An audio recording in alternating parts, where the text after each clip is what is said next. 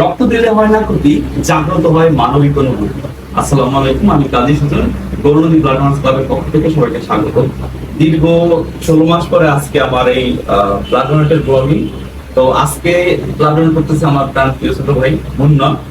আর blood donate মানে blood যাকে দান করতেছে সে হলো আমার ছোট ভাই। ওর নাম কি ভাইয়া? মাহির। মাহির প্রত্যেক মাসে ওর একবার ব্লাড দিতে হয়। ও হচ্ছে থ্যালাসেমিয়া আক্রান্ত। হ্যাঁ, তো এই থ্যালাসেমিয়া রোগী সম্পর্কে যারা জানেন তাদেরকে আমার আর বলার কিছু নাই, আর যারা জানেন না তাদের উদ্দেশ্যে একটা কথা, আপনার বিয়ের আগে অবশ্যই কি করতে হবে ভাই? ইলেকট্রোফোরেসিস, হিমোগ্লোবিন ইলেকট্রোফোরেসিস, এই পরীক্ষাটা করতে হবে, এবং নয়তো ওর মতো মানে ভোগান্তির মধ্যে করতে হবে। তো আমি এখন সরাসরি চলে যাবো আমার ভাই মুন্না ব্লাড ডোনেট করতেছে। তো মুন্না, তুমি কতবারের মতো ব্লাড ডোনেট করতেছো? 11 বার। 11 বার। মানে সর্বপ্রথম কোন রোগীকে ব্লাড দান করছিলা? সর্বপ্রথম একটা সিজার রোগীকে। আসলে তোমার রক্তদান করতে তোমার মানে কেমন লাগে? আলহামদুলিল্লাহ ভালো লাগে। শুধু ভালো লাগে? অ্যাকচুয়ালি রক্তদানের অনুভূতি বলে বোঝানো সম্ভব না। এটা একটা মানবিক কাজ, ভালো লাগার ব্যাপার।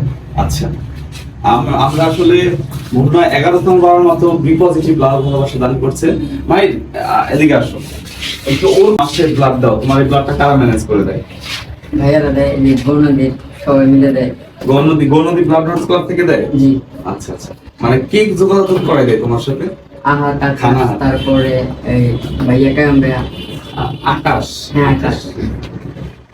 আচ্ছা, আমি ধন্যবাদ জানাই আকাশ এবং বিশেষ করে আমাদের সম্মানিত পরিচালক খানাহাত, যে প্রত্যেক মাসেই ছোট ভাইয়ের ব্লাড সময় তোমার সাথে আছি এবং প্রত্যেক মাসে তোমাকে ব্লাড ম্যানেজ করে দেবো, ঠিক আছে? এবং আমরা আজকে হোলি কেয়ার হসপিটালে আছি। হোলি কেয়ার হসপিটালের আমাদের সুদক্ষ টেকনিশিয়ান আমার বড় ভাই, সে প্রত্যেকবার আমাদের খুব সাশ্রয়, এবং আমাদের যে এখানে পরিচালনা কমিটি আছে, হসপিটাল পরিচালনা কমিটি, তারা আমাদের পর্যাপ্ত সাপোর্ট দেয়।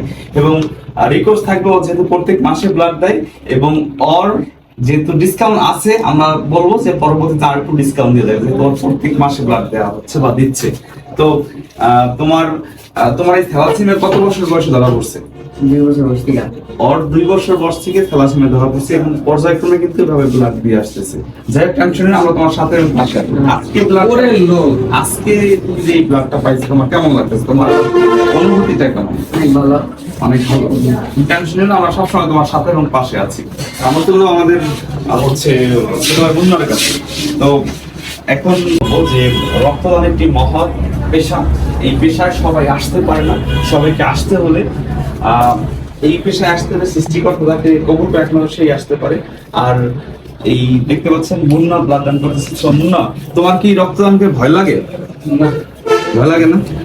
আচ্ছা, তোমার ফার্স্ট ব্লাড দান করছিল হচ্ছে সিজারিয়ান রোগীকে, এবং যারা কখন রক্তদান করে না তাদের উদ্দেশ্যে তুমি কি বলতে চাও? তাদের উদ্দেশ্যে বলবো, রক্তদান করবেন। রক্তদানের অনুভূতি অন্যরকম, যেটা বলে বোঝানো সম্ভব না। রক্তদান করা ভালো। 3 মাস পর পর এমনিতেই রক্ত পরিবর্তন হয়, তো রক্ত দেওয়া উচিত। যাই হোক, সবাইকে অনেক অনেক ধন্যবাদ। আমি স্পেশাল ধন্যবাদ জানাই খানাহাতকে, যে এই ছোট ভাইয়ের ব্লাডটা প্রত্যেক মাসে ম্যানেজ করে দিচ্ছে। ইনশাআল্লাহ এবার আমরা ভেবে দিচ্ছি সবসময় প্রত্যেকটা রোগীর পাশে থাকার চেষ্টা করবো। আসলে আমাদের কাছে কন্টিনিউ অনেক রিকোয়েস্ট আসছে, কিন্তু সব রিকোয়েস্ট ম্যানেজ করা পসিবল না। ইনশাআল্লাহ এরপর থেকে আমরা চেষ্টা করবো আরো অ্যাক্টিভ ভাবে ভালোভাবে কাজ করার জন্য। সবাইকে অনেক অনেক ধন্যবাদ। সমাজের সাথে থাকবেন, পাশে থাকবেন। সবাইকে ভালোবাসা।